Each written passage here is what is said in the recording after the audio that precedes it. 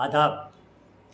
फिल्मों की जादुई दुनिया की अगली कड़ी में हम और आप एक बार फिर साथ हैं।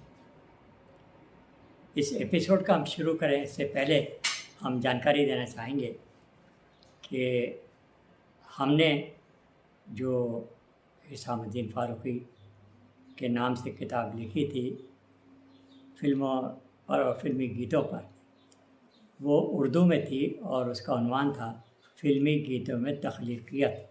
लेकिन अब इसी किताब का हिंदी वर्जन आया है जिसका टाइटल यूँ बदला है कि फिल्मी गीतों में रचनात्मकता, हिसामुद्दीन फारूकी। ये किताब इंटरनेट पर अवेलेबल है। आप अमेज़ॉन पर अगर जाएंगे तो वहाँ ये किताब आपको मिल पाएगी, या हिसामुद्दीन फारूकी का नाम लिखेंगे आप तो भी आपको ये किताब देखने को मिलेगी।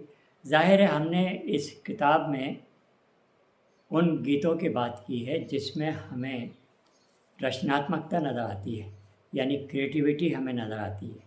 अब ये क्रिएटिविटी उन सब कलाकारों की है जिनका कंट्रीब्यूशन किसी एक ख़ास गीत के लिए होता है, और इनमें से काफ़ी कुछ हम अंदाज़ लगा सकते हैं। मिसाल के तौर पर गीत के बोल होना ज़रूरी है, लिहाजा गीत के बोल लिखने के लिए कोई शायर या कवि तलाश किया जाता है। और मज़े की बात यह है कि जो आम शायरी होती है या कविताएं कवि लोग लिखते हैं उसमें और फिल्मी गीतों में फ़र्क ये होता है कि वहाँ पर एक ख़ास सिचुएशन पर कुछ ख़ास किरदारों पर वो लाइनें वो बोल लिखना होते हैं जिससे गीत तैयार होता है। तो आज के एपिसोड में क्यों ना हम कुछ ऐसे गीतों का जिक्र करें जिसमें हम ये पाते हैं कि बला की क्रिएटिविटी है, गज़ब की क्रिएटिविटी है।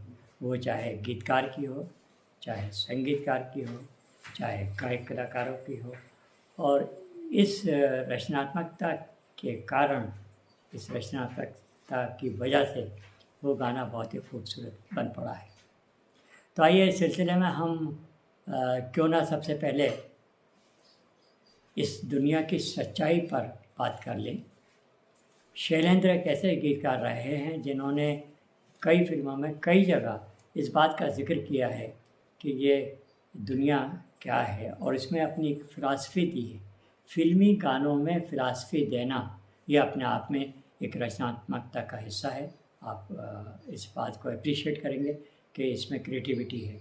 अब मिसाल के तौर पर तीसरी कसम फिल्म में उन्होंने गाना दिया कि दुनिया बनाने वाले क्या तेरे मन में समाई, काहे को दुनिया बनाई। और राज कपूर की इस फिल्म में वहीदा रहमान साहब थी और ये गाना काफ़ी मशहूर हुआ। लेकिन दरअसल शैलेंद्र ने कई जगह कई फिल्मों में कई गीतों में इस दुनिया का जिक्र किया है। तो अब हम जिस गीत को याद कर रहे हैं या जिसका जिक्र कर रहे हैं उसके बोल गज़ब के हैं। मज़े की बात ये, इस गीत में गज़ब लफ्ज़ भी आया है। दुनिया के लिए शैलेंद्र ने इस गीत में एक जगह गज़ब का जिक्र भी किया है, लेकिन गीत के बोल 2 बीघा ज़मीन फिल्म के लिए लिखे गए हैं।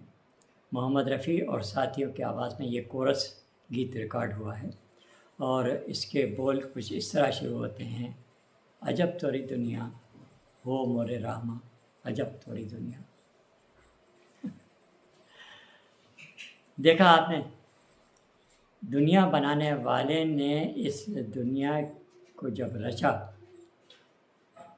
जिसमें इंसान हैं, परिंदे हैं, जिसमें पूरी कायनात है ना, पहाड़ हैं, पौधे हैं, पेड़ हैं, नदी हैं, सभी तरह का हम करिश्मा देखते हैं इस दुनिया में जो फैला हुआ है।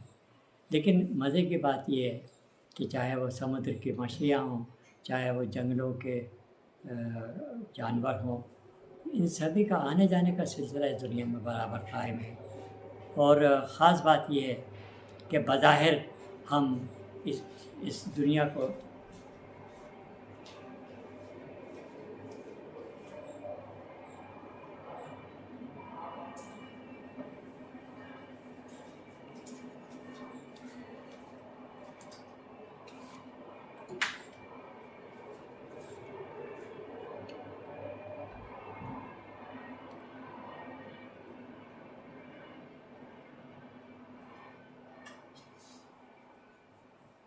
और ये इस दुनिया का जो रचयिता है, जिसे हम भगवान के नाम से, अल्लाह के नाम से याद करते हैं, जिसे हम एक ताकत मानते हैं कि दुनिया को चलाने वाला, दुनिया को रचित करने वाला वही है और उसी की ताकत है।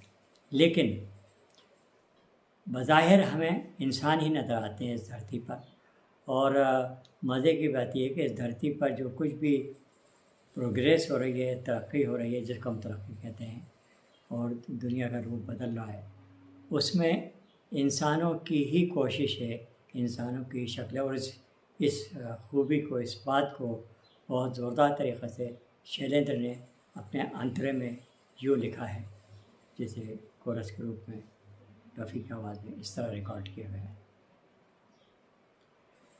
तो साहब, अजब तोरी दुनिया, ये एक गीत का मुखड़ा है और गीत के अंतरे हैं, लेकिन आप तारीफ़ करेंगे शैलेंद्र की कि किस तरीक़े से उसने एक आम इंसान की तगो-दो दुनिया में जो उसकी जीवन शैली है और उसमें जो उसके कोशिशें हैं अपने जीवन को गुजारने की, उनका किस खूबसूरती से ज़िक्र किया है। फिर ज़ाहिर है कि इस गीत के रचयिता हैं, तो म्यूज़िक के आप खूबी मानेंगे और मोहम्मद